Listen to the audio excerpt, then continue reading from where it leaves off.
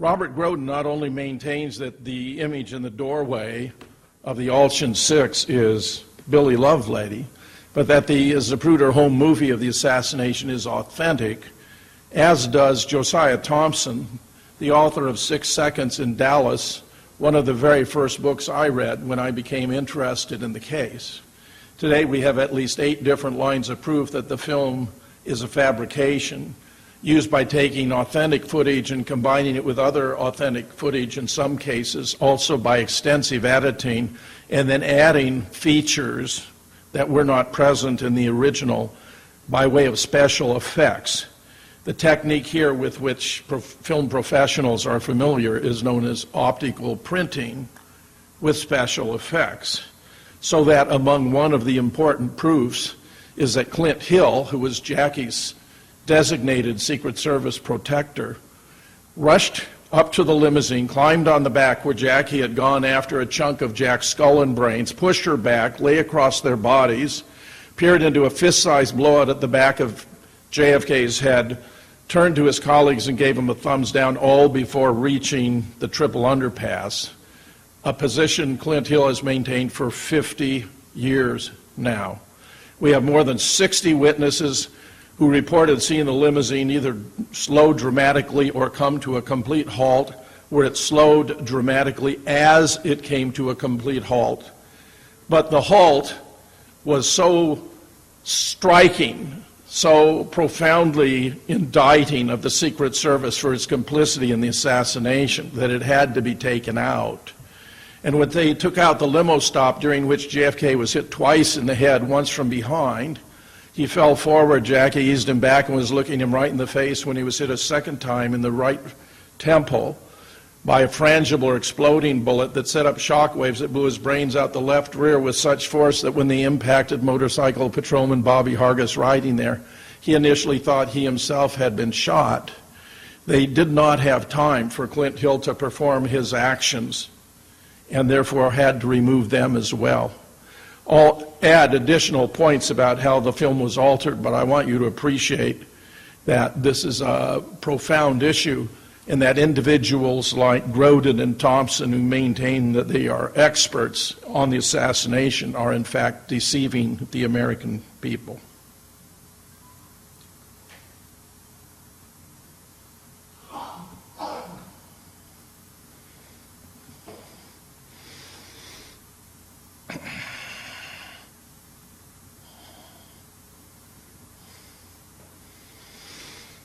You know who I am, so don't need a reminder there. The title of my presentation you see here for yourselves. It's important to appreciate that in 1960, during the Democratic Convention in Los Angeles, Lyndon Johnson forced himself onto the ticket. Jack had already decided to extend the invitation to Stuart Symington to be his vice presidential nominee, but gave Symington overnight to think about it. Meanwhile, Bobby went to the Johnson suite to make a pro forma gesture, offering him the opportunity, which he never expected Lyndon to accept, but where Lyndon, using information he had received from J. Edgar Hoover, forced himself onto the ticket, telling Bobby that if he were not on the ticket, he would expose that JFK had had a liaison with a beautiful woman who turned out to be an East German spy, that he was suffering from Addison's disease and was not expected to live a long, healthy life, and that he, as majority leader, were he not on the ticket, would block any legislative proposals coming down from the White House, which would be dead on arrival. Bobby and Jack kicked it around but couldn't figure out any way out of it and accepted Lyndon as his running mate. Later, he would tell reporters that he had studied American history and discovered that 1 in 4 presidents had died in office and that he was a gambling man. But Lyndon Johnson was anything but. He only bet on sure things. Here we have the location in which the shooting took place. Visitors to Dealey Plaza are constantly astonished by the compactness of the area. We have here the County Records Building, we have the Dow Tex Building, we have the Book Depository Building, we have the Grassy Knoll area, We have 4 and 5, the north and south end of the triple underpass, all of these being locations from which shots appear to have been fired. We have the location of James Tague, a distant bystander who was injured by a shot that missed. We have location number 2, where Abraham Zapruder was standing on a low colonnade, and then 1, the location at which the fatal shot, that is to say, the right entry shot, is alleged to have been fired, but where David Mantic has concluded that actually it was further down Elm Street and not actually at that location. Here's Lee Oswald now wearing that very important shirt. Look how distinctive it is, showing his handcuffs. And of course, as you now know from Ralph and the other speakers, this is really the key to unpacking the identity of Doorman. We have more than 15 indications of Secret Service complicity in setting him up for the hit. 2 agents were left behind at Love Field, directed off by Emory Roberts, who was in charge of the presidential security detail. Here, Henry Ripka is responding, asking what in the world's going on, because this was completely unexpected. All of the vehicles were in the wrong order. The presidential limousine was set out front. It should have been in the middle. It would have been preceded by a flatbed truck carrying reporters and with cameras and film, since this was a major political event. But it was canceled too. The mayor and the vice president's lower-ranking dignitaries ought to have preceded the president. The president's military aide, who normally would have been seated in the front seat between the driver, William Greer, and the agent in charge, Roy Kellerman, was instead moved to the final vehicle in the motorcade along with the president's personal physician, Admiral George Berkeley, putting him in the worst desirable position should the president need medical attention. Manhole covers were not covered. Open windows were not. The crowd was allowed to spill into the street 8, 10, 12 deep. The motorcycle escort was cut down to 4 and directed not to ride forward of the rear wheels. One of the officers said it was the damnedest formation he'd ever seen. The driver, let me mention, was Sam Kenney, about whom more later. An agent on the right running board was John Reddy, and then Clint Hill was riding on the left. Here's a photograph I received just today from the motorcade in Houston the day before. Look at the presidential limousine. There are 3 motorcycles on each side. They're not held back behind the rear wheels, and there are several agents riding on the motorcade. While there are obvious lapses of security here too, the motorcycle escort and the presence of the Secret Service agents on the vehicle obviously provides a great deal more security than would occur the following day. Look at this. Can anyone in their right mind imagine this is appropriate security for the President of the United States? Not only is the crowd allowed to spill out into the street, but look at the bus. The 112th Military Intelligence Unit, which ought to have been distributed through the city for crowd control, was ordered to stand down over the adamant opposition of its commanding officer. But just look how easily a shooter in the bus could have taken out the President of the United States. The lack of security is ridiculous. The motorcade route was altered 4 days before the motorcade. It appears to have been done by John Connally making a phone call to Kenny O'Donnell at the White House, or at least feigning to do so, based upon a change in the location where JFK would speak, from the Women's Forum, which was a very secure building that had been approved by the Secret Service, to the Trade Mart, which was not. It had lots of entrances and exits and balconies and was a very insecure building. But it was used to justify the turn off of Main Street onto Houston and then 110 degrees back onto Elm. Had there been a lone demented gunman on the 6th floor window, this would have been his best possible shots. As the presidential limousine was approaching him, the body, the torso, the head coming closer and closer. Even a mediocre marksman like Oswald, if he had a halfway decent weapon, might have been able to kill the president under those conditions. Immediately after the shooting, there was no effort made to secure the area. Vehicles were allowed to drive through as though it were a normal day with normal traffic, with nothing unusual having taken place in Dealey Plaza.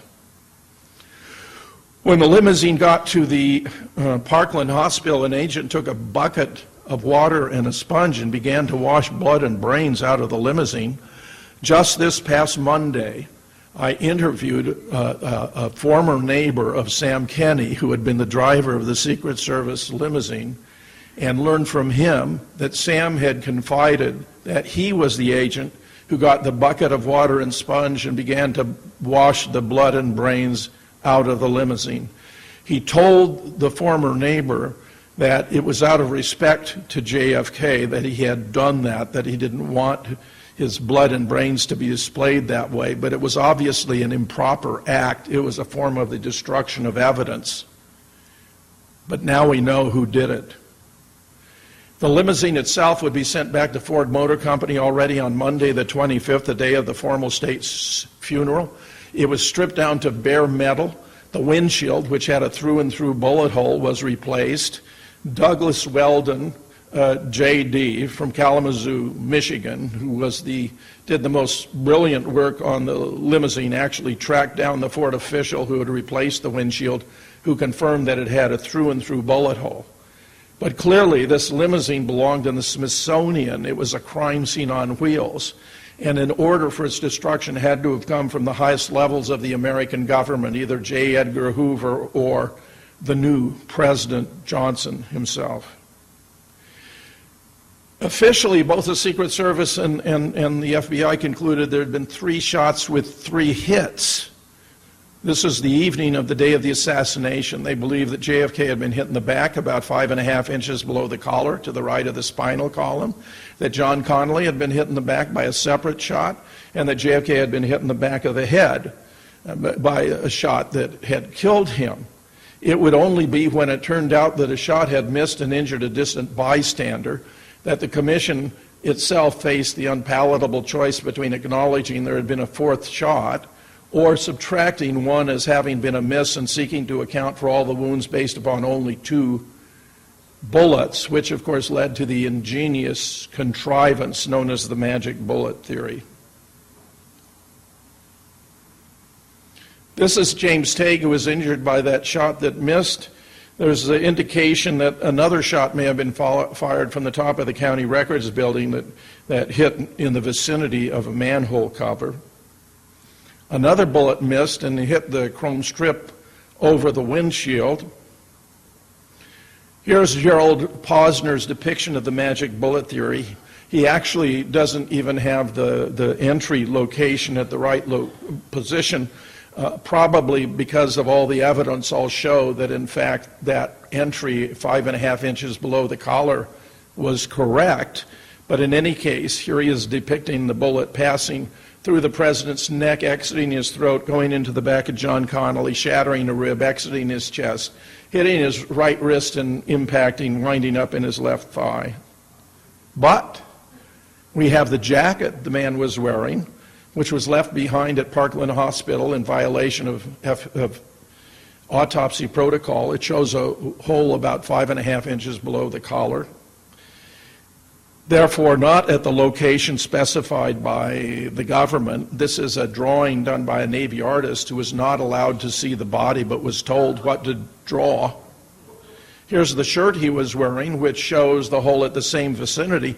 David W. Mandick, MD, PhD, of whom you will hear more, who is the leading expert on the medical evidence and who has made at least 10 visits to the National Archive, asked a member of the staff with similar chest dimensions to JFK to put on the shirt and the jacket and determined that the hole in the shirt is ever slightly lower than the hole in the jacket.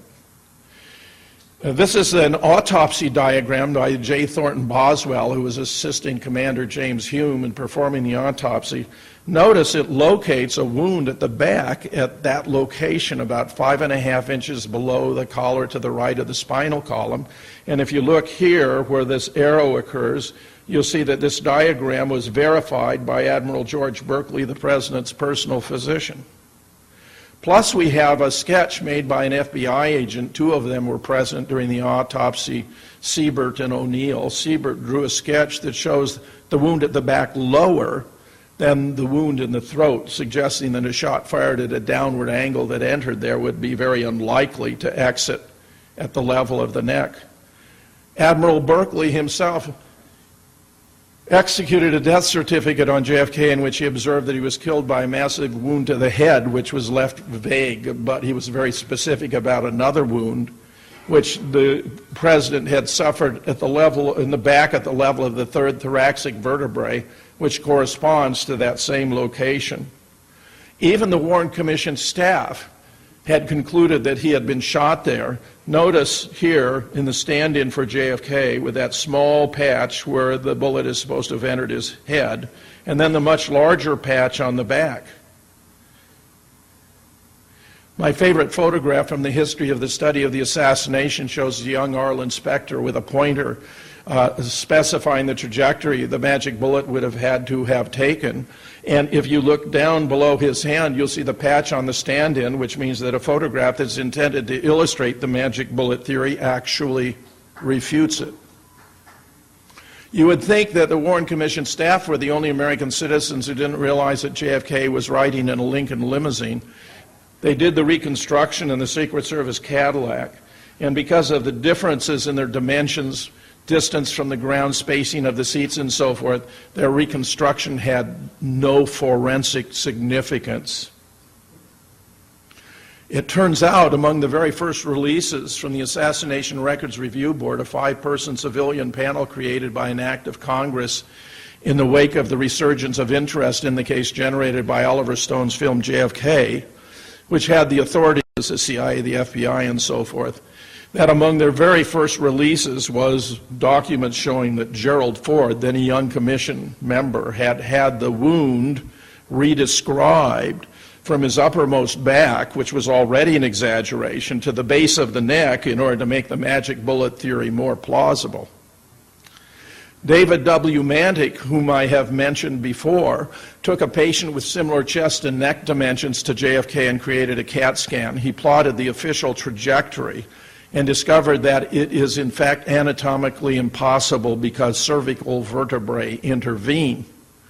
So that as long as Jack had a backbone, and we all know he had plenty of backbone, the magic bullet theory isn't even possible. I have written an article about CBS's latest endorsement of the magic bullet theory, where they featured a father and son who explained how they modeled the neck using a block of soap that was a good replication of the musculature of the neck. But as I point out in my article, the block of soap contained no cervical vertebrae.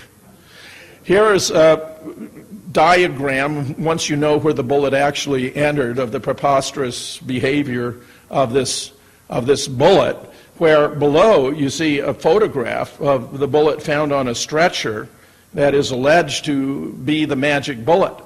When Robert Shaw, MD, who was caring for John Connolly, was told this was the bullet that was supposed to have done all this damage, he said it was most unlikely because he'd removed more lead from John Connolly's wrist than was missing from this bullet. To my astonishment, when I interviewed the former neighbor of Sam Kenney, just this past Monday, he told me that Sam Kenney had found the bullet in the back seat, this very bullet, which apparently had worked its way out of JFK's back, since it was that shallow shot, and he had taken it into Parkland Hospital and lay it on a stretcher, which resolves one of the heretofore mysteries of the assassination, namely where had it come from, where most of us had supposed that Jack Ruby had planted it as misleading evidence, but apparently it was done by Sam Kenney instead. Unpacking the medical scams are really the key to understanding the assassination. Here is the acting press secretary, Malcolm Kilduff, announcing the president's death at 1:30. The assassination had taken place at 12:30. He had been pronounced dead by Kemp Clark, the director of neurosurgery, at 1 o'clock.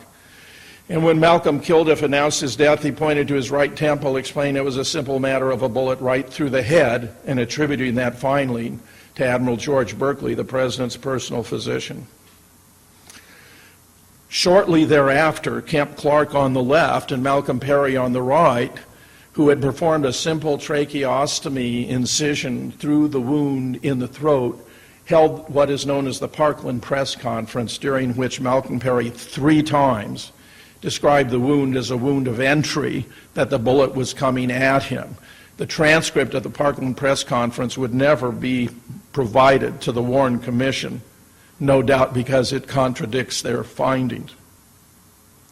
Here's a drawing of the wound before and after the tracheostomy incision provided to me by Charles Crenshaw, MD, who was present in Trauma Room 1 when JFK was being cared for, and 2 days later was responsible for the treatment of his alleged assassin, Lee Oswald.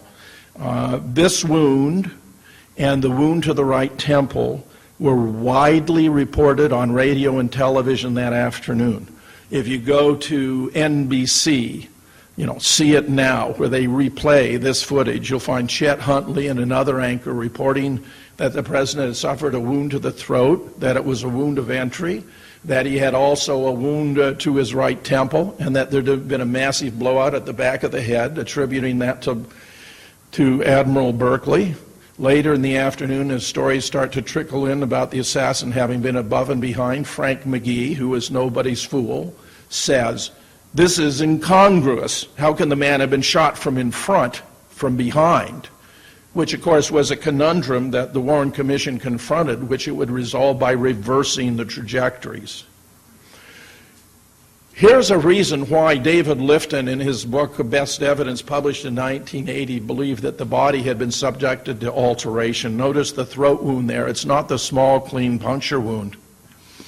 Bob Livingston, a world authority on the human brain, who was also an expert on wound ballistic, who was a scientific director of two of the Institutes of National Health located across the street from Bethesda Naval Hospital, had earlier in the day called James Humes, who was to perform the autopsy, to tell him of the report of what was clearly an entry wound to the throat, and advised Humes that therefore the neck must be dissected very carefully because, and this is so ironic in retrospect, if there were any evidence of shots from behind, then there had to be multiple assassins and therefore a conspiracy. Humes, however, feigned not having any knowledge, feigned ignorance of any wound to the throat until after the autopsy had been completed, when he then finally had a conversation with Malcolm Perry and learned of the throat wound. In the meanwhile, he had called Bob Livingston and asked him what would the throat wound look like if it had been a wound of exit. And Bob described that it would be rather open and jagged with rough edges. That seems to be what we have here, which I believe, therefore, Commander Humes did to make the wound that was in fact a wound of entry appear to be a wound of exit. Something very curious about this photograph, by the way, is that JFK's eyes are open. Chuck Crenshaw was the last physician to observe the body before it was wrapped in sheets, the head in gauze, and placed into the bronze ceremonial casket, and he had closed JFK's eyes before that was done.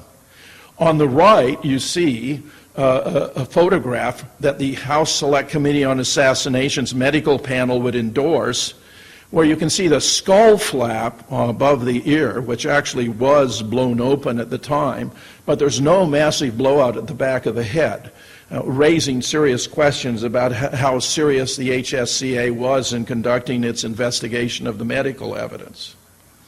Here, after all, is the way the blowout appeared when Charles Crenshaw drew it. And I like it because it's both from behind and from the side, so you can see the degree of cavitation that was created to the skull of JFK. He told me repeatedly that it was the size of your fist when you double it up. So if you just take your fist, double it up, and place it at the back of your head, you have a very good idea of what we're talking about and what was observed by the Parkland physicians,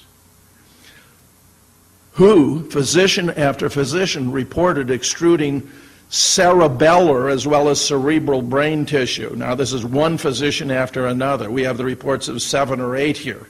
Now, the cerebellum turns out to be a compact part of the brain at the base, as you can see on the left diagram. It's very distinctive in its physiology, and no first-year medical student would confuse eviscerated cerebellar from eviscerated cerebral brain tissue. You can see on the right, of course, the location of the parts of the skull in relation to the cerebellum.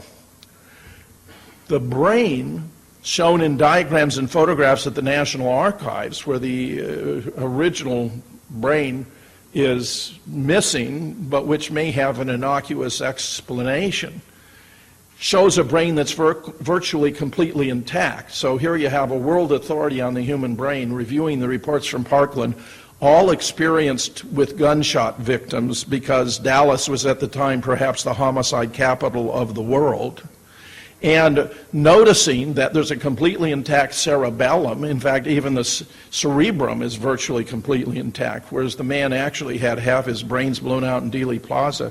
He therefore was obligatorily forced to conclude that the diagrams and photographs in the National Archives cannot be of the brain of John Fitzgerald Kennedy. Now, you or I might have drawn that inference if we thought about the difference in the description between the Parkland physicians and these diagrams, but isn't it striking when that conclusion is drawn by a world authority on the human brain? So here is what that same artist was asked to draw of the effect of the shot fired from behind that entered low in the back, and it's alleged to have blown out the top of his head, very different from that fist-sized wound at the back. Here we have two diagrams, interestingly from Robert Groden, that appear to be fakes. I mean, look at the amount of hair there, look at all the goop, okay? This was just not comparable with what we see from other autopsy photographs. Look at this. Look how short and clean the hair is there. These, of course, are the HSCA. Recall that skull flap I mentioned before on the right. In the photograph on the left, by the way, the bullet entry wound they claim had entered at the crown of the head is not present in the photograph. And we know something is wrong here, that these can't be authentic either if the man had a fist-sized blowout at the back of the head. But what's so interesting about this is that when the HSCA deposed Commander Humes, at our request, we asked whether the patient had been given a shampoo and a haircut during the autopsy, to which he replied, no, no, no, no, no. Now here's a big chunk of occipital bone, that is a bone from the section of the skull at the back of the head, that was discovered by a medical student by the name of Billy Harper the day after the assassination in the grass to the left of where the limousine had been, which he took to relatives who were on the staff of the Methodist Medical Hospital, who photographed it, studied it, and concluded it had come from the back of the head. Suppose you juxtapose that with the HSCA. I mean, it's not as though the Harper fragment is a mystery, but their reconstruction of the wound to the head with a small entry wound at the top isn't even consistent and is therefore refuted by the Harper fragment. I mean, how sloppy can you get? Here's another diagram of the blowout from Dr. Robert McClellan, also at Parkland, which is widely regarded as very close to the way the wound appeared. And we have dozens of witnesses who reported seeing the blowout at the back of the head. Notice how they're using their hand to locate where that wound took place. They are from Parkland, some are from Dealey Plaza, others are even from Bethesda, and look at the unanimity of their descriptions. Here, however, well, this is a pre-mortem, in other words, while still alive X-ray of JFK on the left. Where I inverted a Cecil Stoughton photograph of Jack to make it easy to see how the X-ray of the skull exists in relation to the skull itself. Notice the lack of great contrast in the authentic X-ray here, the pre-mortem on the left. When David Mantik, who is both an MD from Michigan and a PhD in physics from Wisconsin and board certified in radiation oncology, which is a treatment of cancer using X-ray therapy, and who is therefore an expert on X-rays, was about to enter the National Archives with the permission of Burke Marshall from the Yale Law School, the Kennedy family attorney. He told me that he thought he would find both evidence of a second shot to the head, but also proof that the autopsy had been altered. And I told him we'd have what we were looking for either way. Well, the first thing that he noticed was this contrast in the X-ray on the left, which is the lateral cranial X-ray taken from the right-hand side, was a striking amount of contrast between light and dark. He told me it was like on the order of 500 times greater than the normal contrast you would find in an authentic X-ray. And when he applied a simple technique from optical densitometry, from physics known as optical densitometry, which enables you to measure the amount of light that passes through an X-ray to determine the relative thickness of the object whose exposure to X-ray created the image. Because the thicker or denser the object, the more radiation it absorbs, the less radiation that hits the X-ray.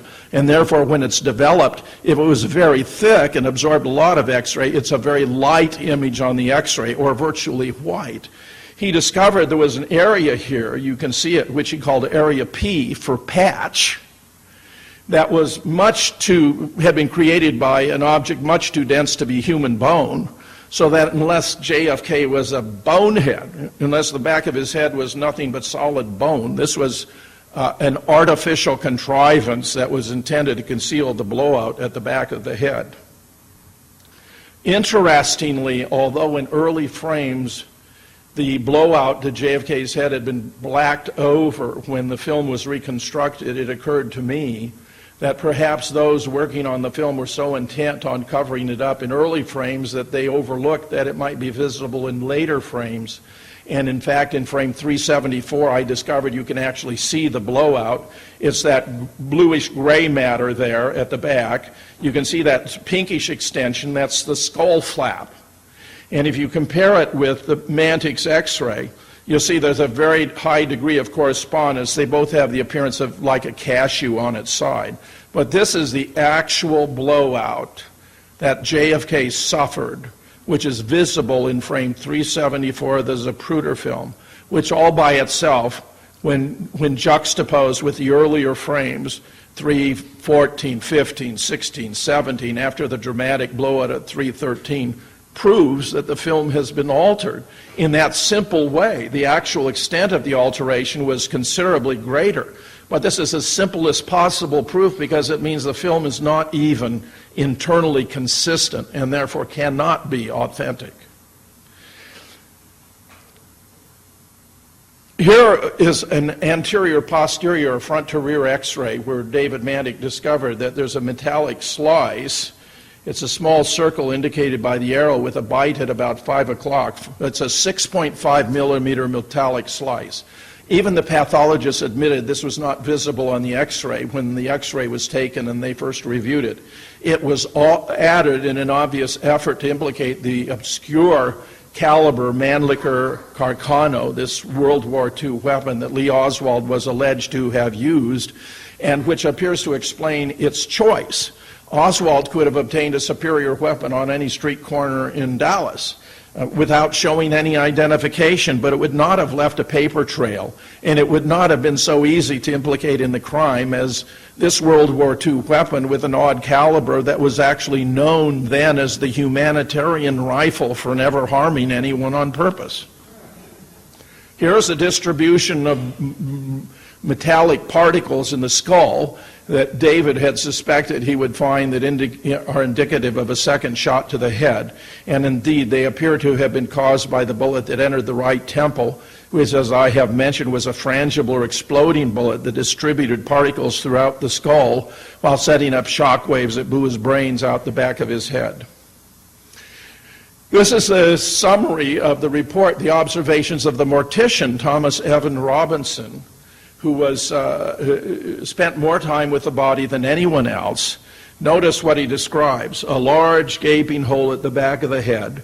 At this point, he believed the head was filled with plaster of Paris. A smaller wound in the right temple, that's the wound of entry. Below that, he talks about a crescent-shaped flap down, blowout 3 inches. That's the skull flap he's talking about. Approximately 2 small shrapnel wounds in the face that he patched with wax. He discovered their existence when embalming because the fluid was leaking from the face. David Mantic quite brilliantly inferred that those shrapnel wounds were caused by tiny shards of glass that were released when the bullet that hit JFK in the throat passed through the windshield. And of course, he observes wound in back, 5 to 6 inches below the shoulder to the right of the spinal column. He observes that the adrenal glands were missing, and last he says no swelling or discoloration to the face, which means that he died instantly. So we have the absurd situation that at Parkland you see this fist-sized blowout to the back of the head, but that at Bethesda, and David Lifton was the one who noticed this, the wound has grown enormously. And it is described with mathematical precision in the autopsy report. And then you have the House Select Committee contracting it to a small hole at the top of the head. So knowing Cyril Wecht, the celebrated coroner for Allegheny County, personally, who had served on the medical panel, I called Cyril and I said, Cyril, I said, how did the HSC accommodate or account for the difference between the massive wound described in the autopsy report from Bethesda and the small wound, this contraction that you and your panel endorsed? And Cyril said to me, I'll have to check my notes. I was dumbfounded. Even more astonishing, however, is this very large wound to the back of the head. When the Assassination Records Review Board deposed Thomas Evan Robinson, the mortician, and asked him about a sketch that Boswell had made showing dotted lines around the skull that correspond to this massive missing skull, he said, oh no, the doctors did that, while he was present in the mortuary with Ed Reed, who was a photographer for the Bethesda Naval Hospital. Commander Humes took a cranial saw to the skull of JFK and enlarged the wound to these extent to try to make it look more like the effect of a shot fired from behind. So that David Lifton, who had brilliantly inferred that there'd been some alteration to the body, including where he'd found a passage suggesting there'd been surgery to the head, has been vindicated and found to be exactly right. And I say, if anyone tries to tell you that the JFK story is on the up and up, and that Oswald was a lone and demanded shooter, ask them to account for this. Ask them to account for this. Larry Sabato, who's a famous political commentator, has a book on JFK in which he's defending the Warren Commission. He's on the faculty at the University of Virginia. I taught at the University of Virginia twice. So I wrote a letter to the editor of the Cavalier Daily, which they published with the heading JFK, Truth or Conspiracy. And they used this because I'd included it as the front piece. And I said, you know, if Sabato wants to defend the Warren Commission, how can he account for this? And then I went on to explain how the magic bullet is hopelessly indefensible, all the evidence we have. I mean, believe me, the evidence I reviewed for you, I presented at Cambridge during an international conference and then published in an international peer-reviewed journal. You can download it yourself under the heading Reasoning About Assassinations. Because once you understand that the magic bullet theory is impossible, then we have to account for the wound to the throat and the wounds to Connolly on the basis of other shots and other shooters, which means we can establish the existence of a conspiracy merely by determining where JFK was shot in the back, which is a point about which I would maintain we know with a higher degree of certainty than anything else about the assassination, which means it's a completely reliable basis for inferring the existence of conspiracy in the assassination of JFK. Oh, thank you. So here we have it. Look at this. Here's a comparison. You see that blowout, the way it was described by Dr. McClellan and by Dr. Crenshaw at the top. Then at the bottom you have the Mantic X-rays in his study, the area P, and then look at that compared to frame 374, and you see that high degree of correspondence between area P for patch in the X-ray and the actual blowout.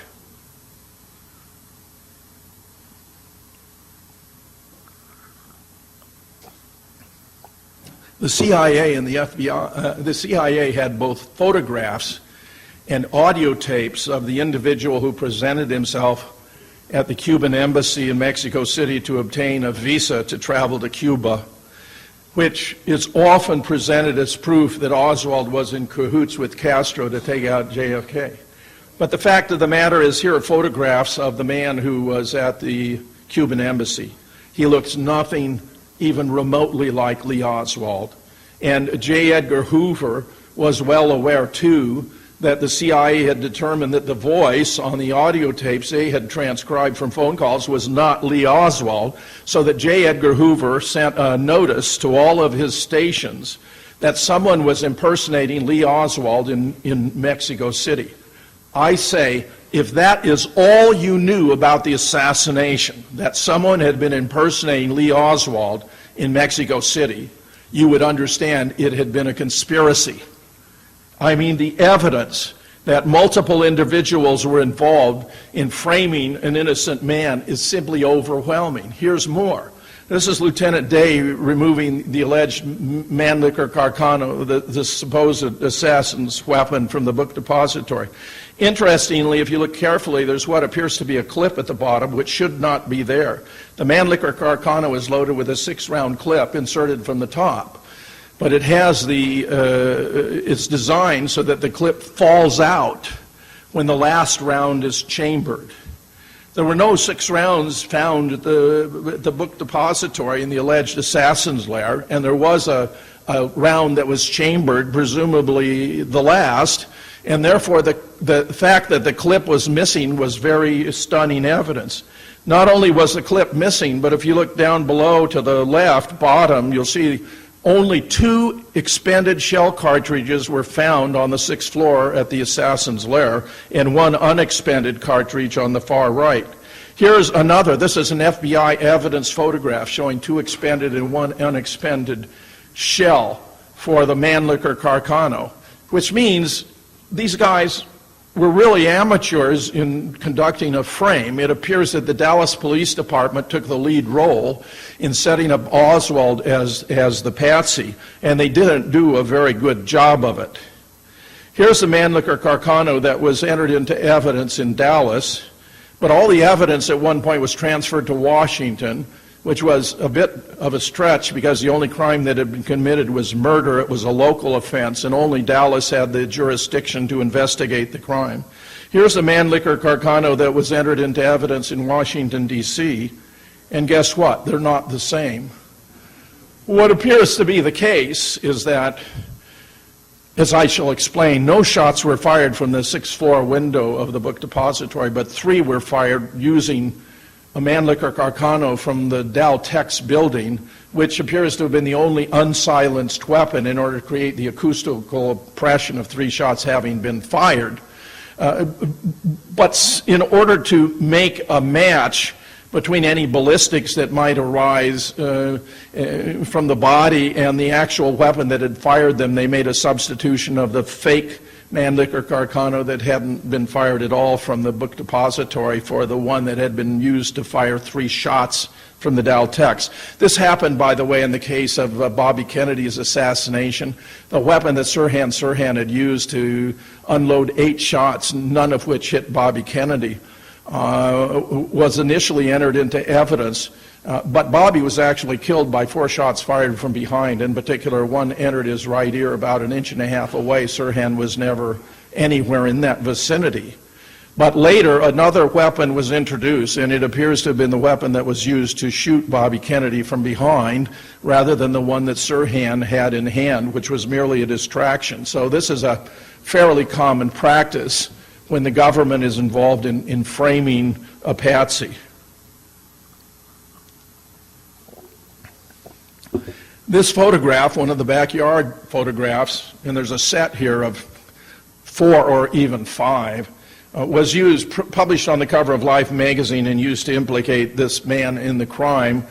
He's holding his trusty Mannlicher Carcano, 2 communist newspapers, and the revolver with which he's alleged to have shot Officer J.D. Tippett. I mean, what could be a more convenient package of incriminating evidence?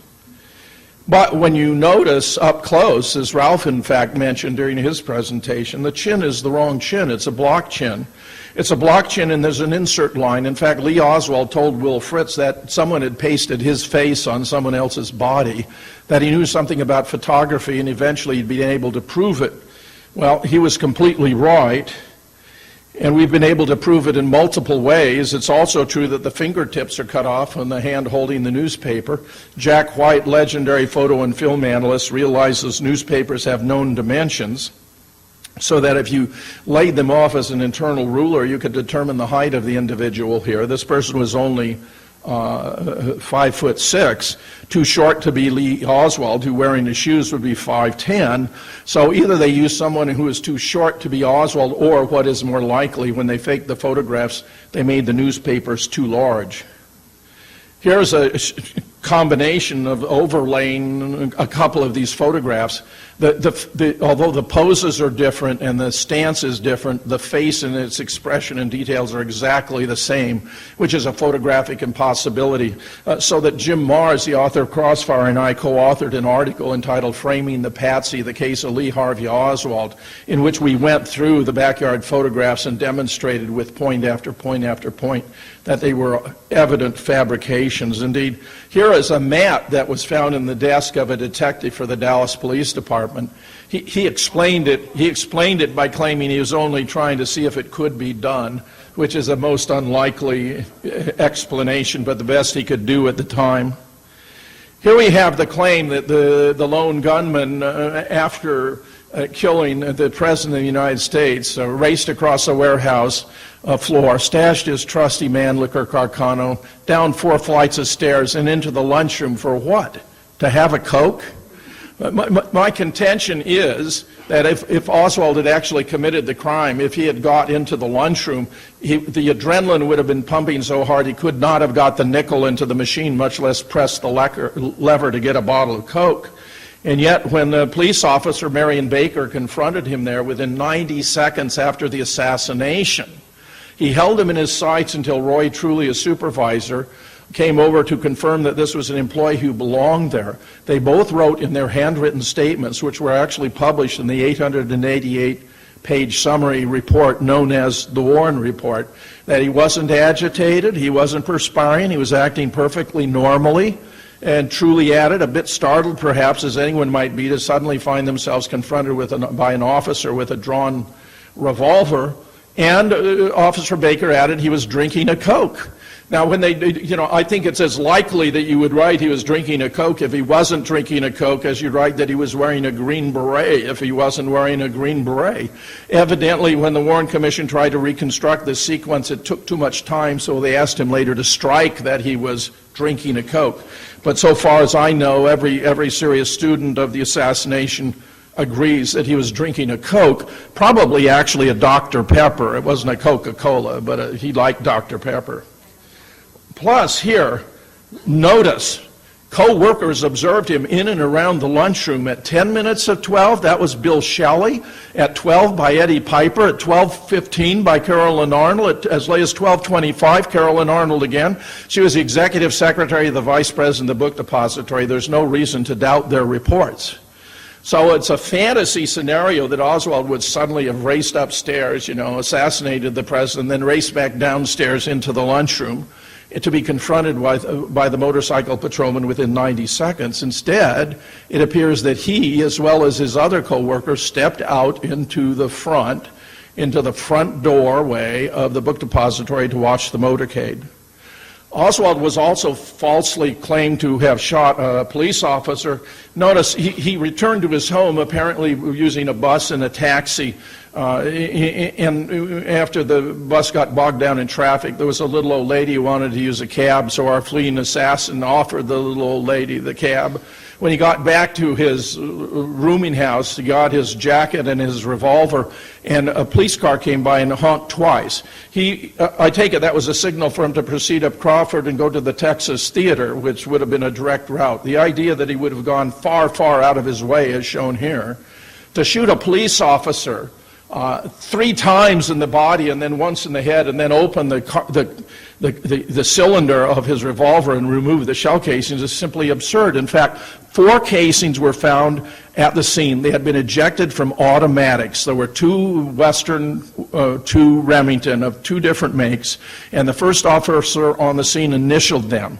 Later, there was a change in the evidence, and now we had 4 revolver casings, 3 of one make and 1 of the other. A woman across the street, Aquila Clemens, said 2 men had shot Tippit, and neither of them looked like Lee Oswald. So, of course, she was not called to testify.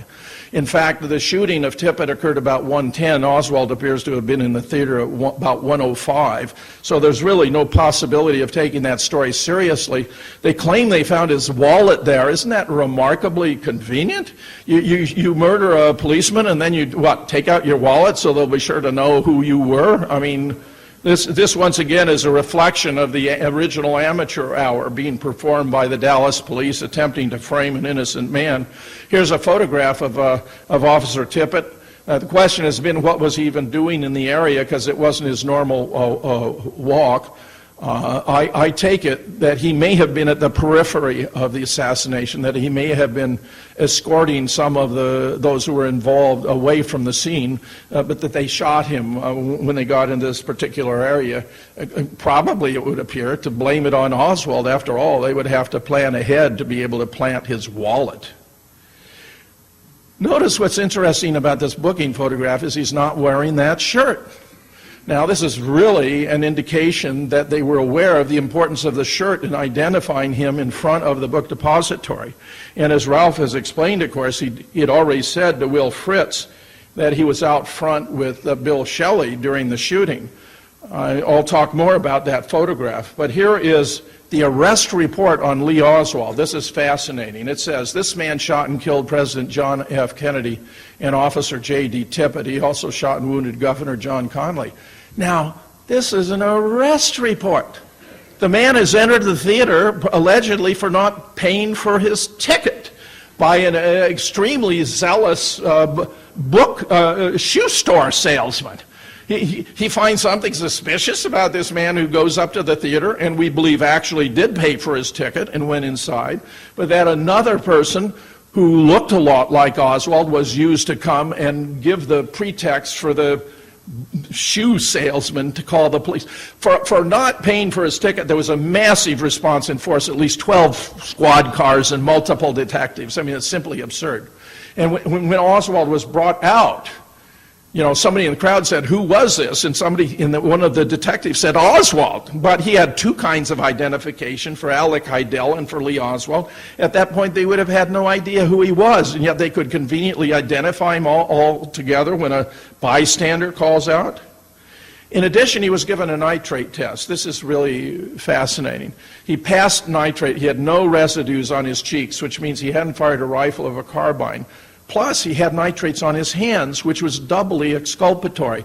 If he had washed the nitrates off his face, he would at the same time have washed them off his hands, which means he had not only not washed them off his hands, but their presence on his hands was easily explicable because nitrates are in printer's ink. He was working in a book depository moving books that are printed in ink, so that his acquisition of nitrates on his hands was just a matter of the normal performance of his tasks. Here's the famous Alchins. If you look in circle 1, you can see the through and through hole in the windshield is a small white spiral nebula with a dark hole in the center. Jack, of course, is clutching his throat. It's where his left ear would be if his left ear were visible. Background circle number 2, of course, is our man in the doorway, about whom you've heard a great deal already. Number 3 is the book deposit, the window to a broom closet of a uranium mining company that was a CIA asset from which those 3 shots with the unsilenced weapon were fired. And then 4th is how Lyndon Johnson's Secret Service detail is already responding, even though JFK's is looking around as though they have no idea what's actually taking place. Here you can see a close-up of the through and through hole in the windshield. So, as I explained, when it was taken back to Ford, they replaced the windshield and put in a clean windshield. So what we're looking at on the right is yet a 3rd windshield the Secret Service produced that had some spider-like cracks caused by a fragment from behind, which they claimed had been on the limousine in Dealey Plaza, which was false, and which you can also see to be false from frame 225 of the Zapruder film, where you can actually see the hole in the windshield. Here's the famous doorway area about which Ralph has so convincingly spoken. Here are the handwritten notes of Will Fritz. When I first learned that Lee had told Fritz that he was out with Bill Shelley in front, it took me to looking at studies of the Alchins photograph, and I was simply astonished to find that a man's face had been obfuscated. Look there. Just below where Billy Lovelady's holding his arms, there's a man's face that's been scratched out. And, you know, it occurred to me then that that must have been Oswald, because they would only obfuscate a face on a photograph like this if someone was there who shouldn't have been there. The only one I could imagine who shouldn't have been there would have been Lee Oswald, and therefore I inferred that this was Oswald. And I published an article, JFK, what we know now that we didn't know then, on the occasion of the 49th observance. And it was my doing so and publishing a collage that had been on the website of John McAdams, of all people, since he may be the most notorious lone nutter of them all, which involved a collage, I'll show it here, with all the features that have been used to try to obfuscate the issue. But the point is that it had I put an orange circle around the obfuscated face and said that that appeared to be Oswald to me. Ralph has already explained how the man in the doorway is missing his left shoulder, how the black tie man behind him is both in front of him and behind him at the same time, and of course Billy Lovelady holding his arms up has his face obfuscated. There is a black man's profile further down that is very peculiar, that obfuscates, you know, the more tattered parts of Oswald's distinctive shirt, doorman's distinctive shirt. And you know, those are among the anomalies that tell us that something is wrong with this photograph. I mean, you can't have a man with a missing shoulder. You can't have a man both in front of and behind someone else and the photograph not be doctored, much less the missing face. So it has simply dumbfounded me that there are persons I heretofore regarded as perfectly intelligent who can look at this photograph and say they don't see anything odd about it. Here's the clavicle. The man's missing his shoulder bone. What could be more blatant than that? Plus, here are multiple. I mean, I'm telling you what these guys have done, and I'm talking about Richard Hook and Larry Rivera and Ralph Sinkay and Claire Kuhn and K.D. Ruckman, all of whom have made contributions. I've now published at least a dozen articles about the doorman issue in Veterans Today. I don't think I've published a dozen articles on any other subject in my life. And I have published a lot. That reflects the magnitude of importance of this issue. Here is just one sample of what you've seen many more here in terms of these posters that Richard has done, where he's been simply brilliant in identifying features of this very distinctive shirt on the man in the doorway that are the same as features on the very distinctive shirt that Lee was wearing. And here, of course, is Billy Lovelady, the shirt he took to the FBI when they asked him to come and show them the shirt he had worn on that day. It's that red and white vertically striped short-sleeve shirt where in the background there they appear to have altered the face of Billy to add some features of Oswald, just as they altered Oswald's face in the doorway to add some features of Billy to make it more difficult to disentangle when you focus on the face. And as I mentioned before, I don't think they had any real choice about it because the figure was there, and if they just took it out, too many photographs and films showed it that they would be embarrassing, it would be too blatant, so they had to leave it in and do what they could within the parameters of the possible and the time frame within which they were operating. This is the FBI report. See, the underline says this was a shirt he was wearing. The red and white shirt was short sleeve. Hoover had written to them to say he wanted confirmation that the man in the doorway was Billy Lovelady. Agents who don't satisfy Hoover's expectations are dealt with rather harshly, so rather than be sent to Alaska for their next assignment, they took the photographs and sent back the report saying this confirms that he was the man in the doorway, even though it refutes it. But of course, Billy was in the doorway. He just wasn't the man that Hoover was asking about. So they traded on the ambiguity and, to the best of my knowledge, did not suffer severe repercussions. There's a wonderful study that Richard put together of Dr. Jekyll and Mr. Hyde, where Ralph has done quite a good job of explaining the differences between the two and why they ought not to be confused, where Hyde does indeed look like a gorilla and Billy looks like a fairly normal guy. Here's an early sketch of Richard's about how they took features of Billy and added them to obfuscate the face. There's that bulging out of the chin, by the way, that I think is completely abnormal. I don't believe that was there to begin with either.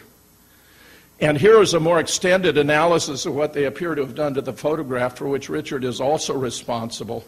So that, you know, they made a lot of moves in order to conceal the fact that Lee Oswald was there in the doorway. Can you imagine a more powerful proof of his innocence and of the complete fraud of the Warren Commission report than that Lee Oswald was captured in the doorway during the shooting and cannot possibly have even been a shooter, much less the lone assassin? This is the John McAdams collage. Just look at it. It's a masterpiece of disinformation. Look how many of the disparate elements that Ralph and Larry, too, have dissected that went together to try to perpetrate the deception. I mean, it's really fascinating, all in one. We were rebutted by members of different research forums producing newspapers from obscure sources that purported to show that the Alchins photograph had been published early in the day. And it was fascinating because they all seemed to be very, very obscure. And Ralph, and I praise his ingenuity for this, discovered for the Beacon Hill News Palladium that he found both the authentic newspaper on the left and the CIA fabricated version on the right. Millions of dollars, taxpayers' dollars, have been expended to perpetuate the deception that Lee Oswald was the lone gunman who killed John F. Kennedy, which was to cast responsibility in precisely the opposite direction, because it actually was a powerful group of special interests and multiple shooters who took off JFK. So what better form of distraction could there possibly be than to blame it on a lone gunman and imply that he had ties to Cuba and was a communist sympathizer when actually he'd been working for the government? But here, just look at this. This is just simply stunning. These are the two editions for 22 November 1963, the real on the left, the phony on the right. That is your CIA using your taxpayers' money to deceive you, the American public. And here's an additional document, actually, that I think Larry may have turned up, that showed a discussion at the highest level of members of Life and others about the Alchins photograph. They're saying here they were going to publish it on Saturday. As Ralph has already mentioned, Walter Cronkite appears to have been the first who showed it on television already on Friday, but nonetheless, it had been altered for all that. Here's one of the last photographs of Jack and Jackie as they're turning from Houston on to Maine. Look in the background at those two vans, the big one especially. This may have been the command and control center for the assassination. Notice how easily a rifleman could have been in either of those buildings.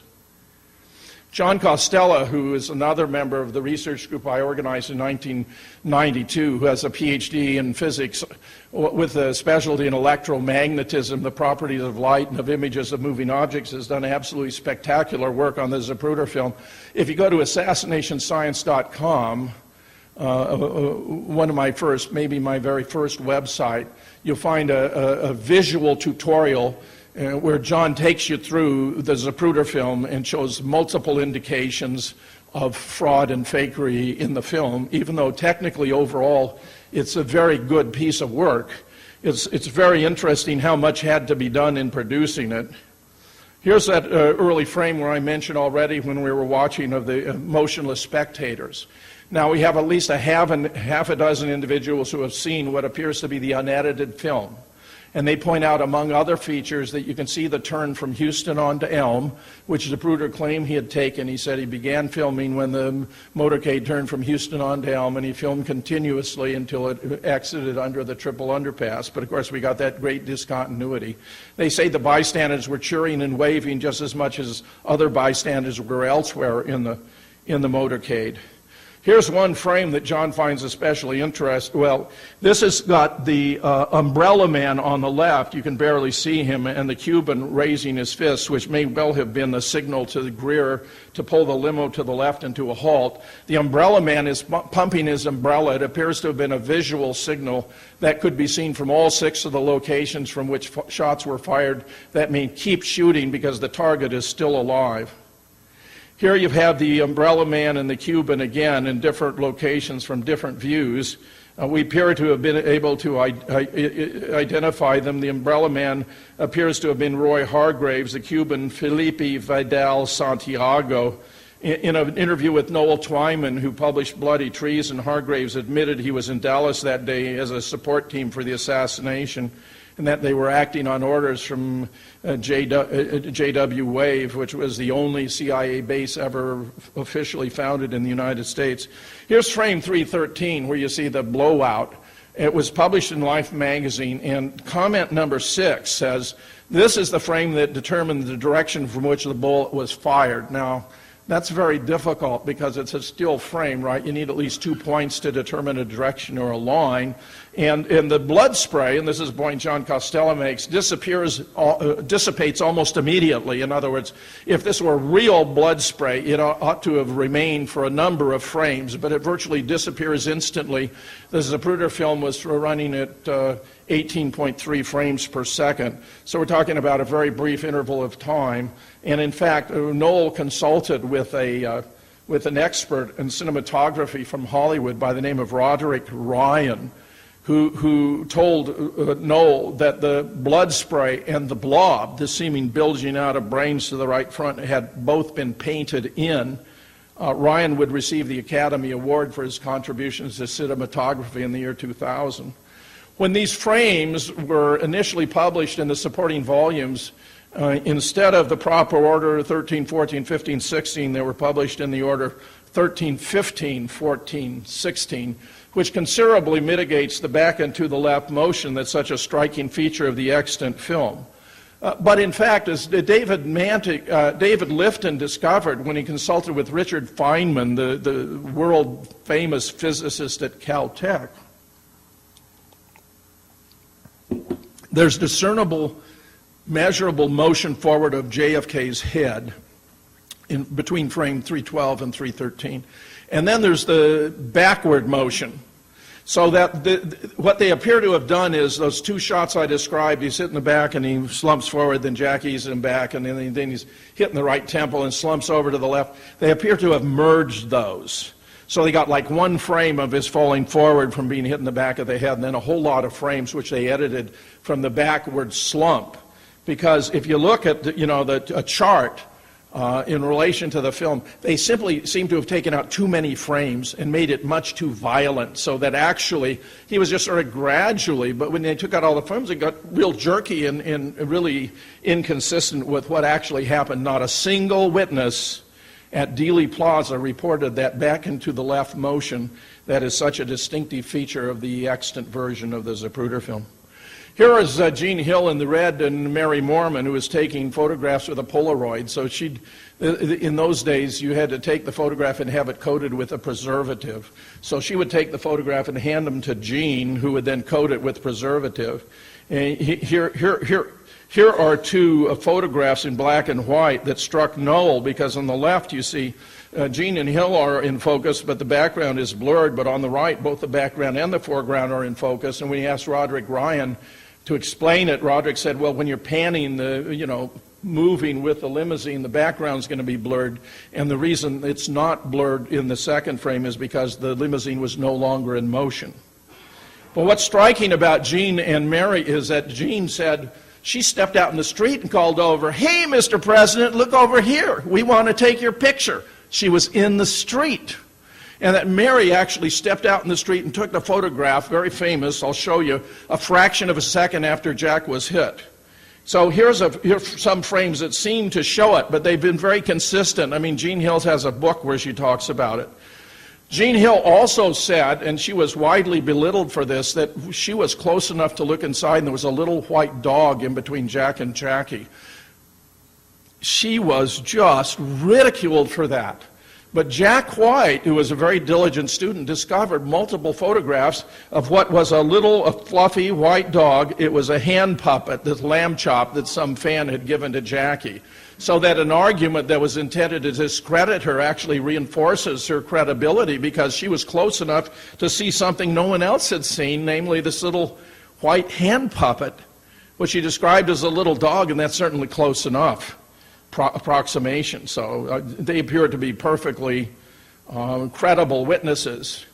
And Here's the photograph that Mary took, and it turns out that up in the corner there of the photograph, there's the image of a police officer firing a weapon. He's referred to as Badge Man.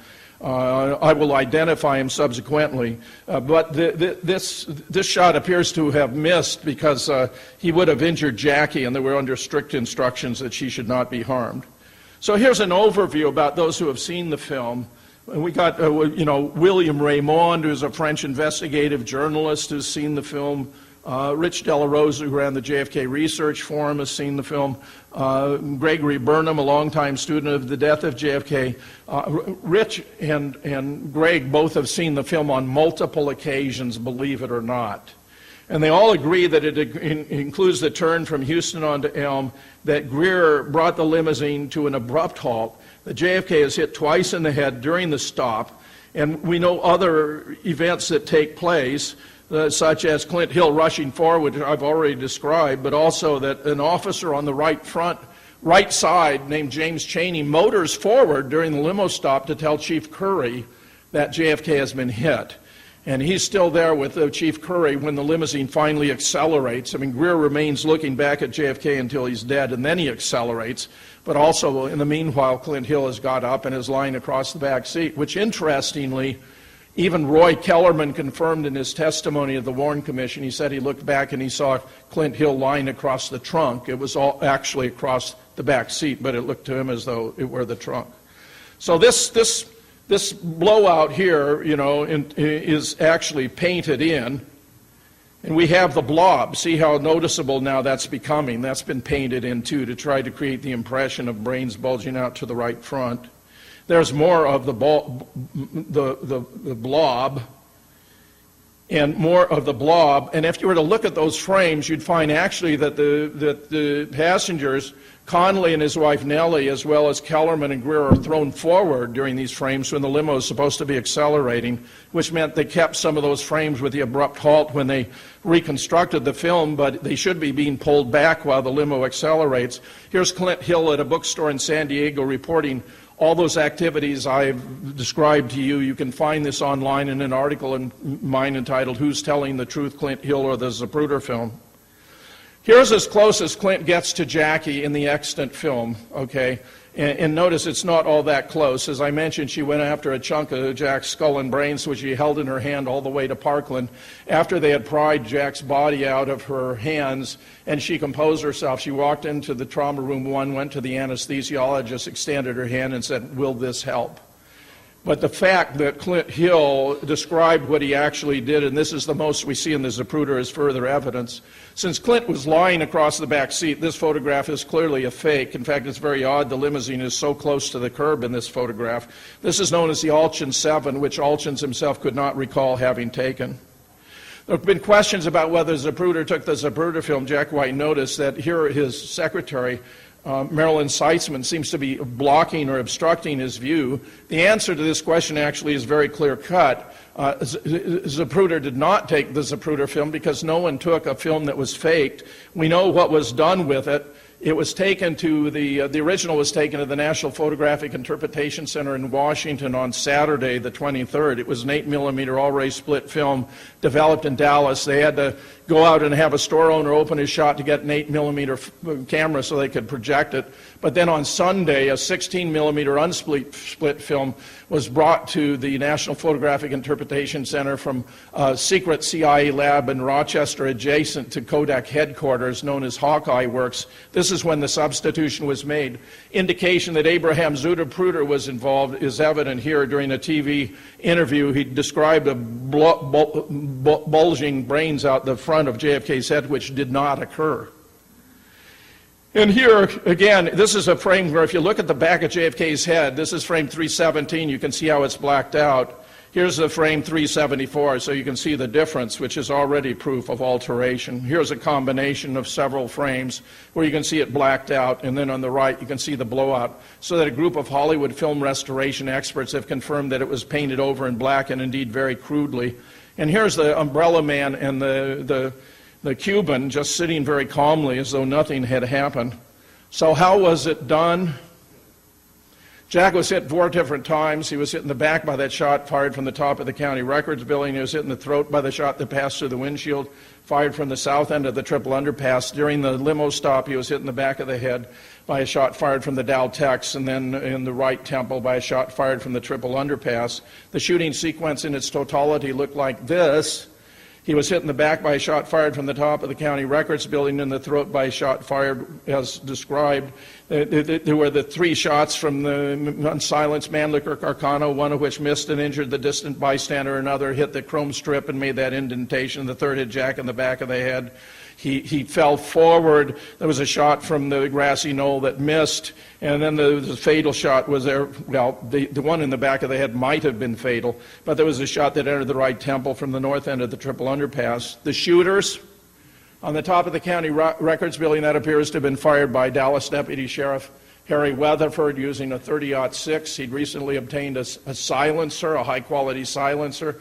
That appears to have been fired with a larger caliber weapon, a 30-06, firing a Mannlicher Carcano bullet to implant it in the body using a small plastic collar known as a sabot.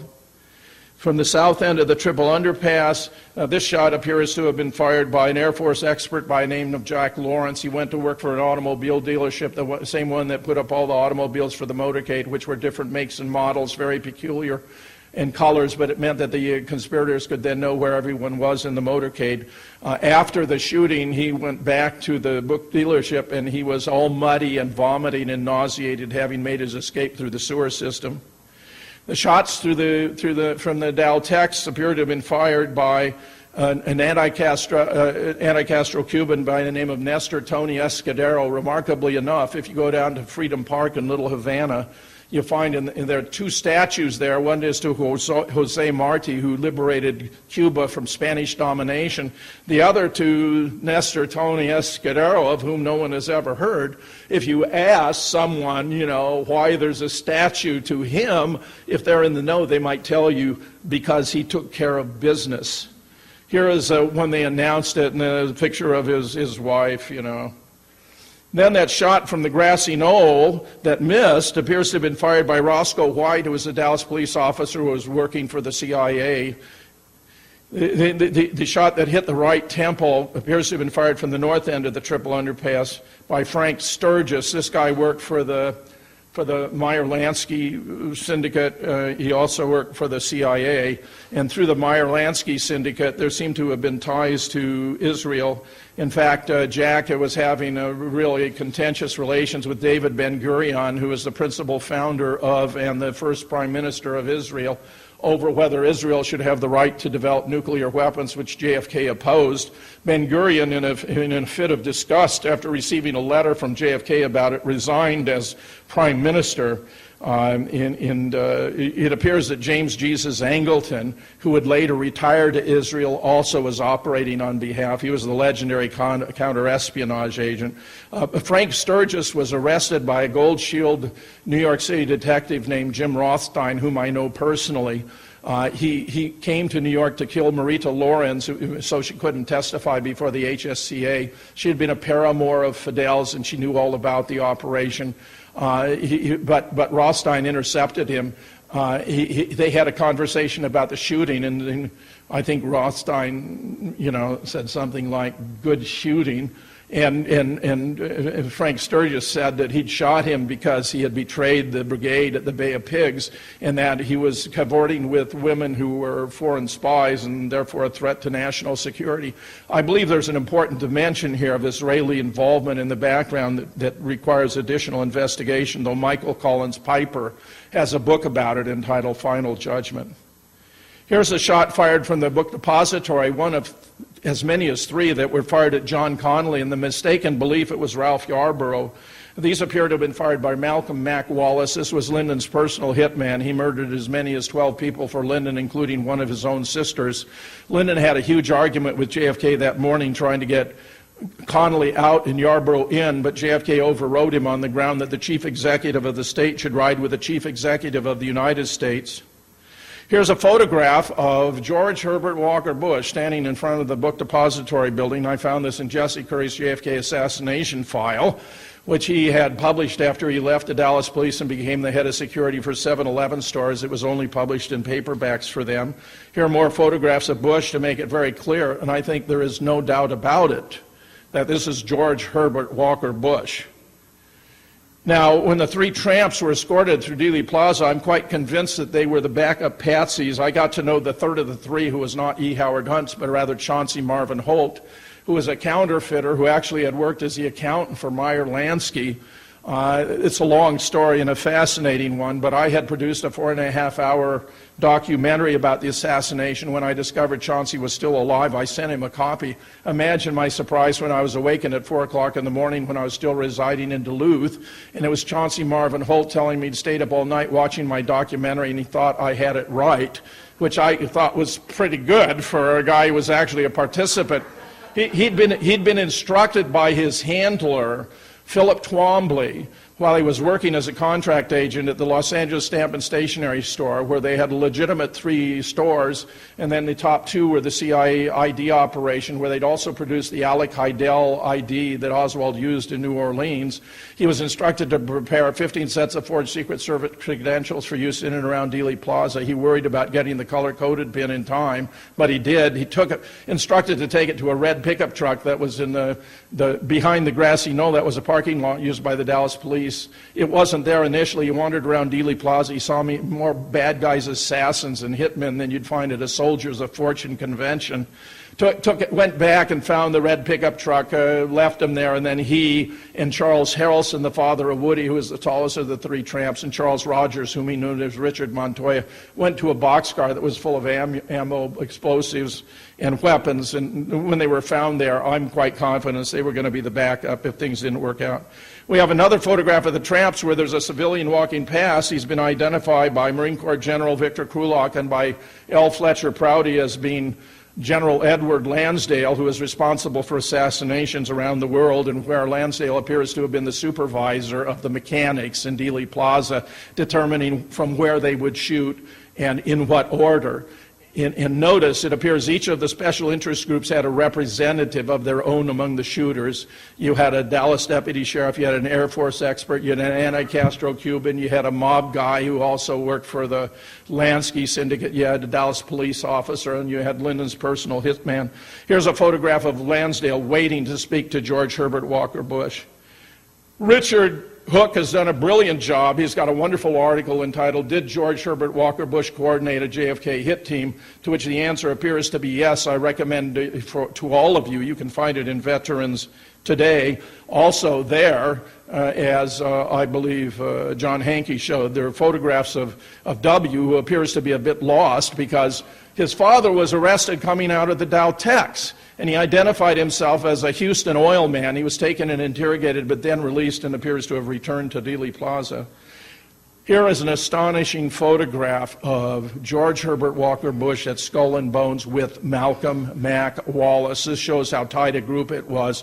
All these people knew each other, had spent a lot of time together.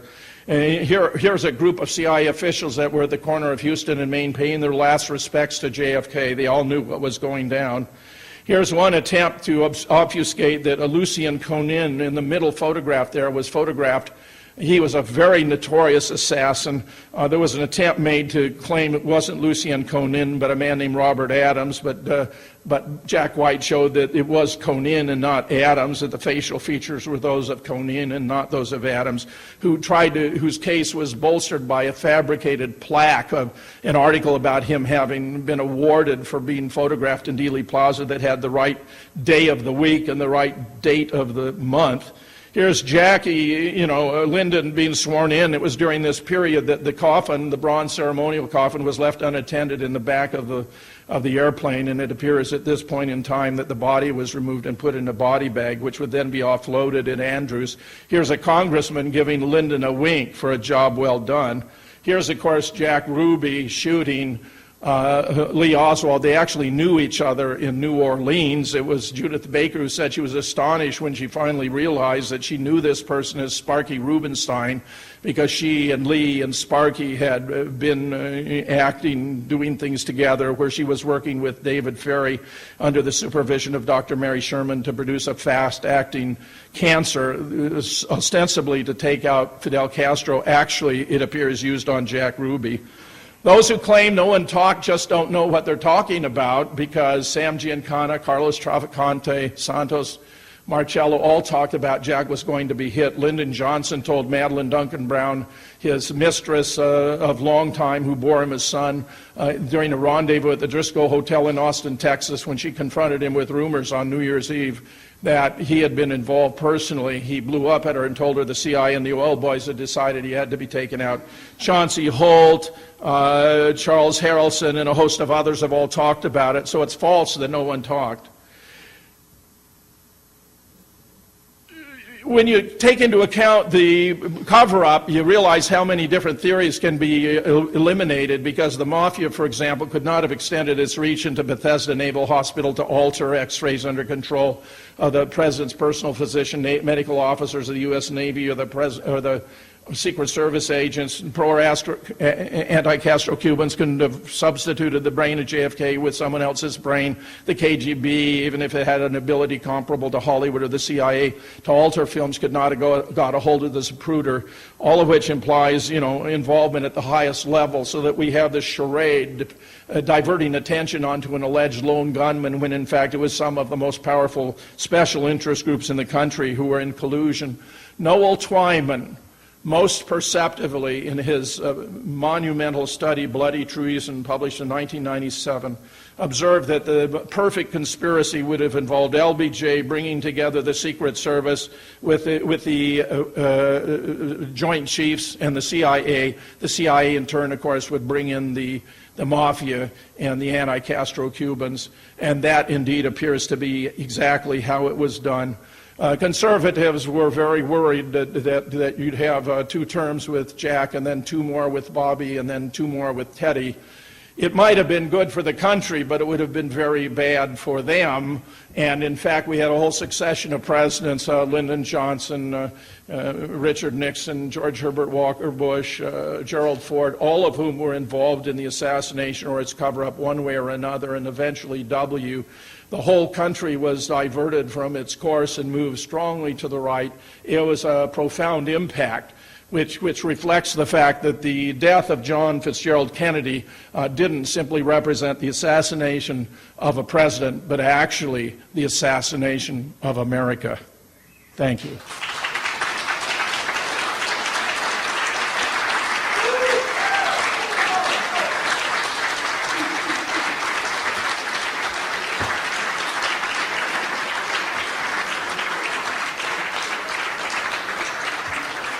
I want to thank you all for being here. You've been a wonderful audience, and I know Ralph has a lot in mind for what is going to follow now, so I just want to thank you for being here. And Okay, I'm invited to answer questions. Yes, please. Assuming that it was Oswald, why would he go in and Well, I think that's a fairly good question. Why would he? I think it might have just been a habit where he was very, it's okay, we don't have to have the questions in it. Where maybe he was just, nervous or anxious. I did have one final slide I should have put up here. Let me see if I can get it up now. Power off, am I sure? Yeah. Which reflects 3 really stupendous books about the assassination. Well, we've had the benefit of the author of 2 of them to be here present with us. Those 3 books are JFK and the Unspeakable, then LBJ, Mastermind of JFK's Assassination, and then third, Mary's Mosaic. I just want to say how much I admire the authors of those books. Yes? I've seen press conferences with Governor Connolly's doctors afterwards the next day, the 23rd and 24th, and they kept referring to a bullet still being in his leg, and they weren't too concerned about it. And I saw this on, I was watching on YouTube before I came down here again. What happened to the bullets? It's still in his thigh. Actually, an effort was made, but it was belated to request permission to remove it from his thigh. But the request was not made before Connolly died, and Nellie dismissed it on the ground that if you wanted that, you should have asked him before he died and refused to allow it to be done. But you're right about the idea of important evidence that was buried with the body, yes. I have a couple questions within the question. I can't hear you. I have a couple questions within the question. Go ahead. You talked about how the later, if he wasn't killed in Dealey Plaza, it would be the. I still can't hear you. Just speak up. Yeah, come on up. If he wasn't Move it out. Move it out. If he wasn't killed in Dealey Plaza, he'd be killed at the Trademark, and then later Johnson's Ranch, which Yes. is less desirable. Can you talk about that? And then also, Yes. I was told that he was not allowed to leave Dallas at no cost, and they had half the Air Force that they would shoot his plane down. Have you heard about that? And then, as well as, what was the point of having half the cabinet up going to Japan? And Well, there's a multiplicity of questions here. Let's see.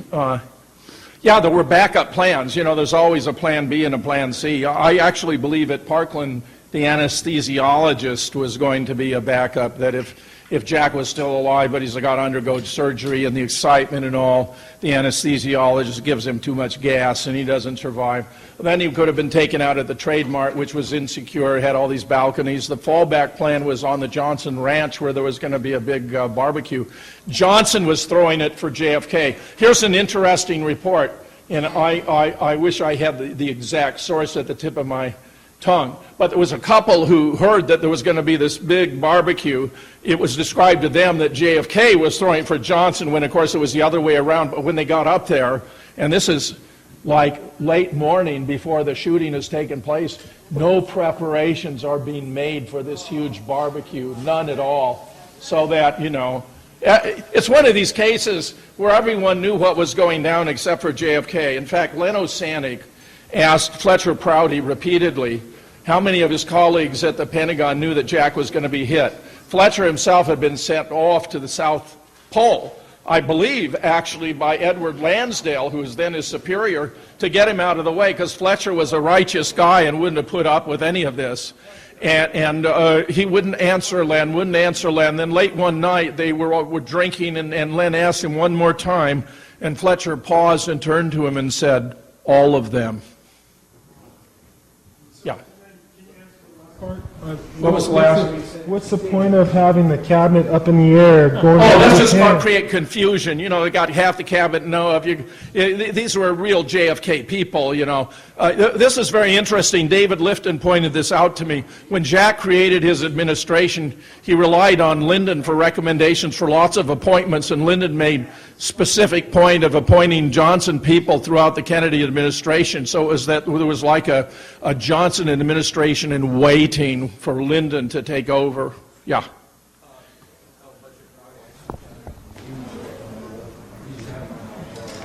Yes. What?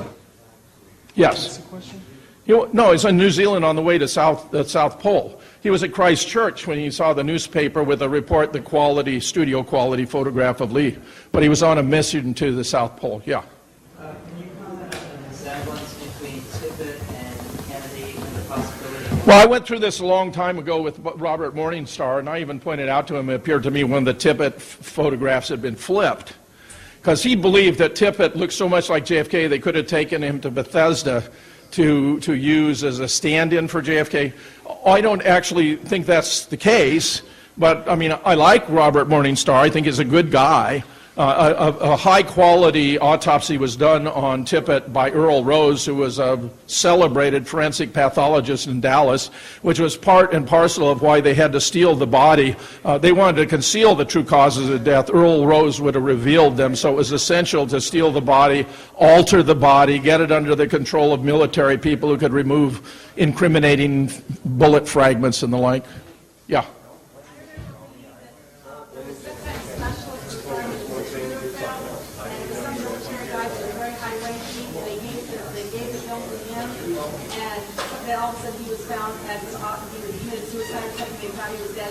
Oh, I think what you're talking about is at Bethesda Naval Hospital, they actually had a lieutenant commander by the name of Bill Fetzer, who took a film, a motion picture of the autopsy. He was a good friend of Dennis David, who was the non-commissioned officer who recorded who entered and left the morgue. I saw Dennis David just a couple of weeks ago, and at a conference in Olney, a very obscure little town in Illinois, where they had some very heavy hitters on JFK. And Fetzer was on the verge of retirement, and they took him out. He was murdered. It was claimed to be a suicide. They were worried that he might have a copy of the actual autopsy film or whatnot. It was devastating to Dennis David. He's never gotten over it. Yeah. The location of the wounds in Lee Oswald's abdomen, was it likely to be fatal? He was pretty close to the hospital at the time. Is it possible that he was... Well, this is an interesting question. This bullet did a huge amount of internal damage to his organs. I mean, the report on his internal damage is massive. Something very striking about it is if you have internal wounds, the last thing you want to do is CPR. They perform massive CPR on Oswald. And when they put him in the ambulance, there's no telling how much abuse he might have been subjected to on the way to the hospital. This is a very interesting story. I mentioned Chuck Crenshaw was not only in Trauma Room 1 and was the last to close JFK's eyes, but was responsible for Lee Oswald in Trauma Room 2 2 days later. He got a phone call, notified by the operator, switchboard operator Parkland, that he had a phone call from the President of the United States. He picked up the phone, and that familiar voice said that he wanted a deathbed confession.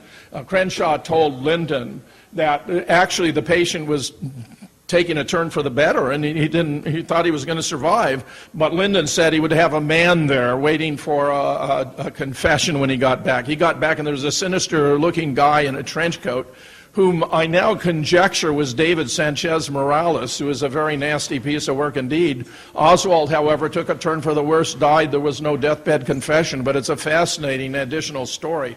Chuck Crenshaw was one of the upright truth tellers. They were all intimidated. All those physicians were told by their superiors that if they ever talked about what they'd seen, that their careers would be in jeopardy.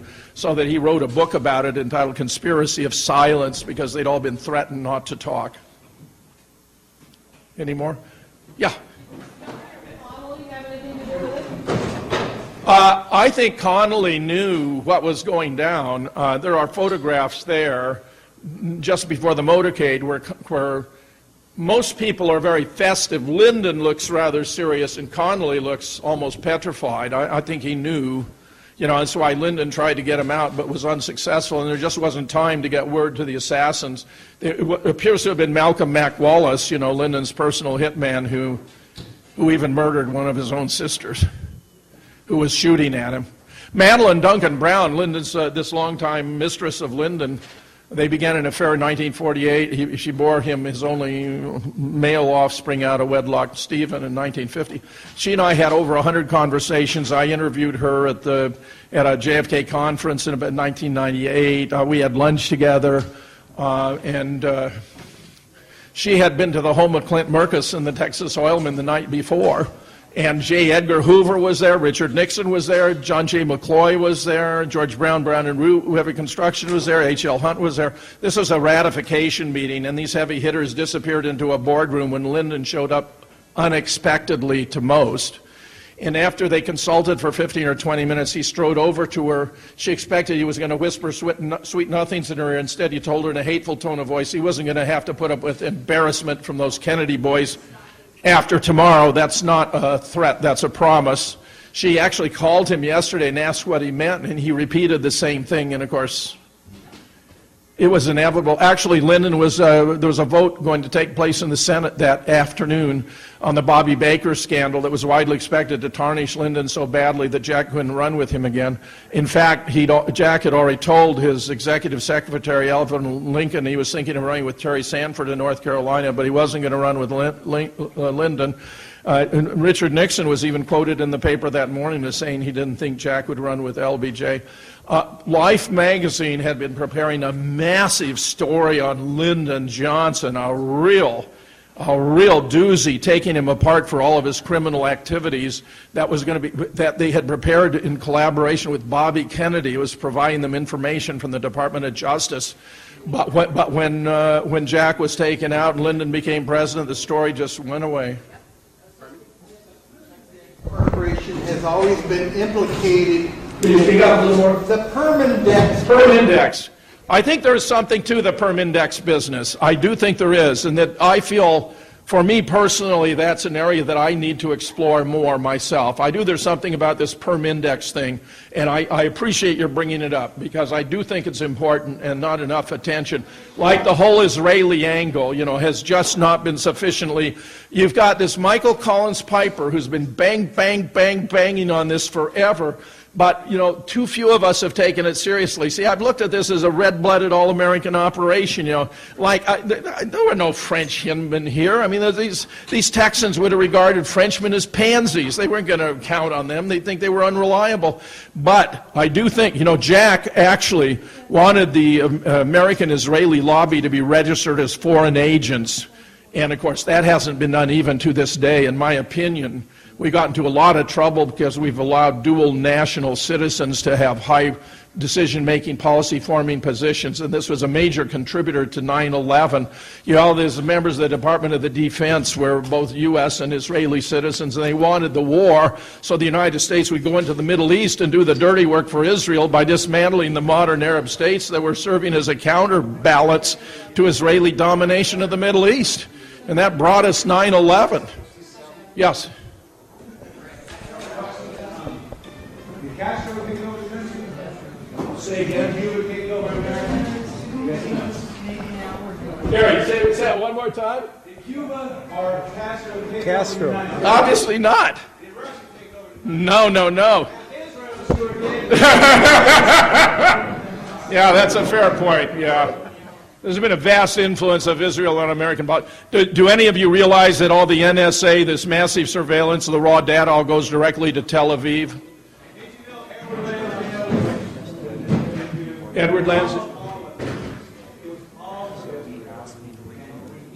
JFK Israel's got a Palestinian job. You're not getting a weapon, we'll expect you, and they can sure, well, flip it around, 2 years later, Israel's telling everyone else, no nuclear weapons. Thanks, Gary. Yeah, in the back.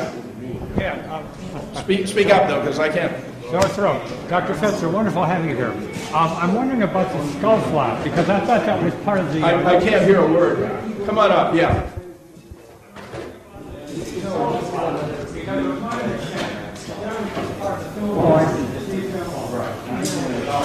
What do you mean, the blob?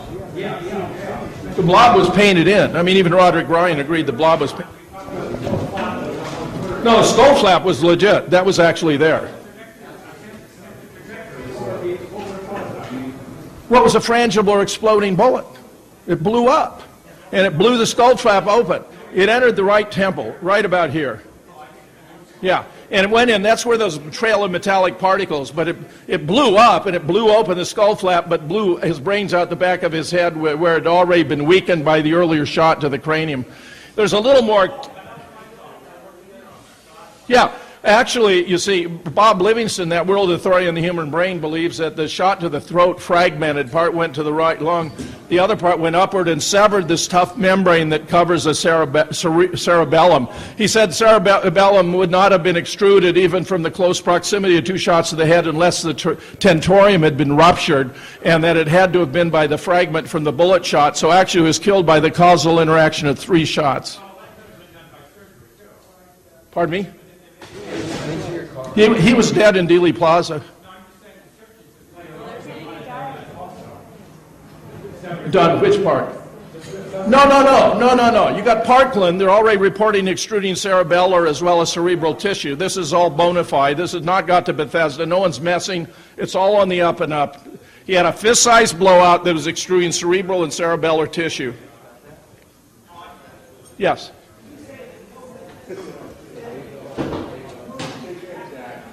No witness reported that violent back and to the left you see in the extant version of the Zapruder film. Now, you can learn more about the shooting, the death of John F. Kennedy, if you go to assassinationresearch.com and check out the article collating all the witness reports. It runs about 110 pages. It's entitled, What Happened on Elm Street? The Eyewitnesses Speak by John Costella.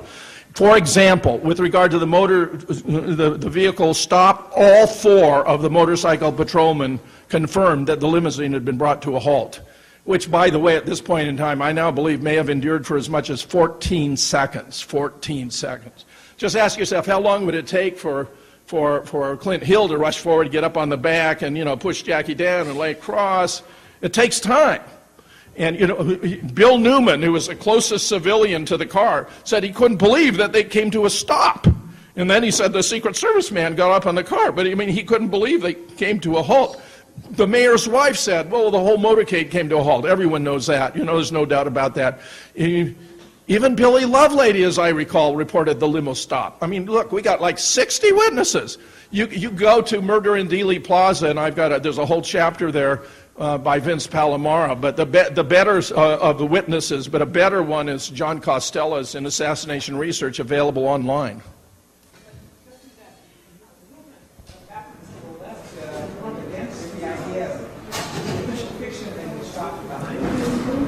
Oh, I know. Everyone says that. See, that's why there's such an uproar over the claim the Zapruder film has been faked, because so many think it's the strongest evidence that the man was shot from in front. Well, it is, but it's not legitimate evidence. He was hit from the front, but it just didn't happen the way it's portrayed there. That's a merge of two different wounds. The fact that the film is faked, was altered, is a more powerful indication who was responsible, because it was done by the CIA at Hawkeye Works. So, there's a deeper understanding than the superficial one that you look at the film and it's obvious he was hit from the front. Well, he was hit from the front, but the whole story is much more complicated and subtle. So, if we want truth, we got to go for truth, the whole truth and nothing but the truth. And the simple but seemingly convincing argument is not necessarily the best founded. Yeah.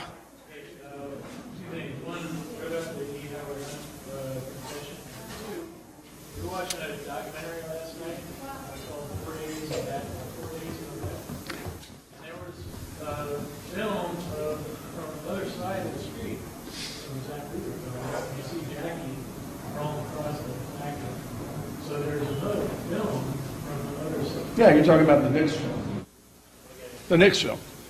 Well, once they altered the Zapruder, they had to alter the other film so that no one sees anything different in one film to another. Actually, there is a slight difference in how far Clint Hill goes up in relation to Jackie if you compare the Nix with the Zapruder. He goes a little further in the Nix. But Jackie's going out after a chunk of Jack's skull and brains. There was debris all over the trunk. Edwin Swartz, who was a friend of Zapruder, saw the original film and saw Jack's brains in the original film blown back out to the left rear. Secret Service agents in Washington saw the limousine still in the parking area in the garage and became nauseated because Jack's brains were all over the trunk. Well, they had to clean that up. You don't see Jack's brains on the trunk in the extant version of the Zapruder. They had to tidy it up. Anyone else? Yeah. I'm wondering if Oswald knew what was going to happen and he stood where he stood to follow the Well, it's an interesting question. Judith, whom we did not have the chance to hear from, believes he was working to try to defeat it. A fellow named Tosh Plumley, who was a pilot, said he flew in as part of an abort team to try to stop it. Abraham Bolden, who was the first black Secret Service agent appointed by JFK, was in Chicago, where there was apparently an attempt forming to take out Jack that was aborted because they got information from an informant named Lee.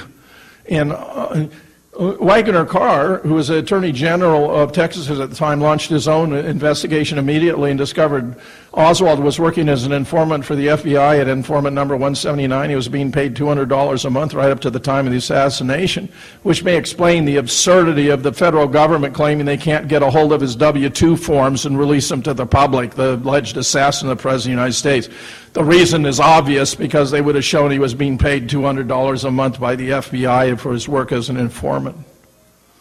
See, her whole story has been suppressed because she humanizes him. This is supposed to be a lone, demented, antisocial. He wasn't at all. He was intelligent. He was sociable. They had a very affectionate relationship. He shared with her a lot of his problems with Maria. Hey, by the way, you're going to love this. When I was down there in Olney with this little conference where I saw Dennis David, Ed Tetro was rather well known in the community. He said he'd had a conversation with Marina over the phone, and they talked about the man in the doorway, and Marina had said that was Lee's shirt and that she'd washed it. See, now, because that's coming secondhand to me, I'm trying to get confirmation. I really wanted Ed to send me at least his statement, so it would be only one handoff, but what I got was from the guy who organized the conference, because Tetro, for whatever, didn't want to be accessible by email. So I got him saying it. I heard him say it, that Marina had told him that it was Lee's shirt and that she'd washed it, which is pretty good, pretty good. Additional evidence if we needed any. We don't really. It can't be Billy. I mean, Billy was wearing the short sleeve. I mean, it can't be the other guy who was buttoned up to the top. Neither of them looked like Lee. In fact, Billy said he thought it was odd anyone confusing because he was 3 inches shorter and 15 to 20 pounds heavier. And the other guy, the gorilla man, man, God, he's at least 40 pounds heavier than, he looks like a gorilla. He doesn't even look like Lovelady, much less Doorman. So I really think this thing is settled, and it shocks me that you have people like Robert Groden, who's denying that this is Oswald in the doorway. We've had some significant additions to the Oswald Innocence Campaign, by the way. Mark Lane has joined. Vince Salandria, who is one of the most highly regarded of early generation critics, has joined. Gerald McKnight, the historian, has joined. There are a couple others. If you go online to Oswald Innocence Campaign, you'll see about 20 of the most prominent members of the organization. I got to say, I thought this is a really good audience. You're very sophisticated. Yeah. Bonnie. Was the limousine refurbished and reused? They tore it down to bare metal and rebuilt it in Ford on Monday, but Lyndon avoided using it. Yeah. For obvious reasons, I think, I don't know the answer to that, Bonnie. I don't know the answer to that. Pardon me? It's on display in Washington. Oh, yeah, it's on display. But, what you should have is the authentic, real, with all the blood and all that, that belonged in the Smithsonian, not this refurbished, meaningless. It was really blatant how they were out destroying evidence right and left. Yeah, Larry? Oh, it's in Detroit and Dearborn rather than at the Ford Museum, yeah. Thank you. I thought you did a super job, Larry, by the way. I really enjoyed it. Yeah, please.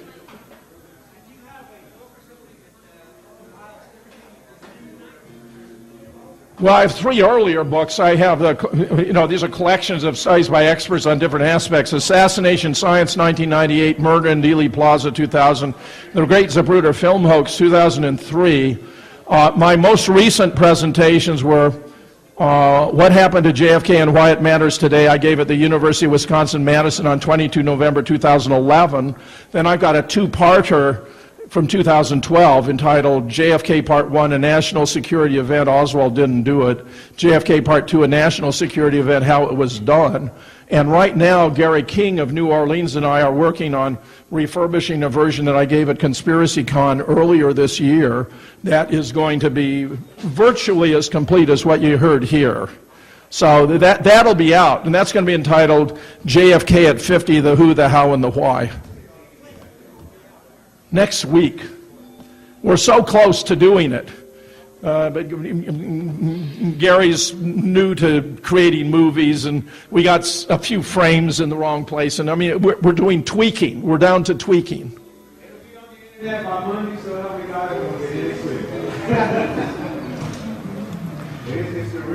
Hey, let me thank you all for coming. I'm really grateful. You've been a super audience. Thanks so much.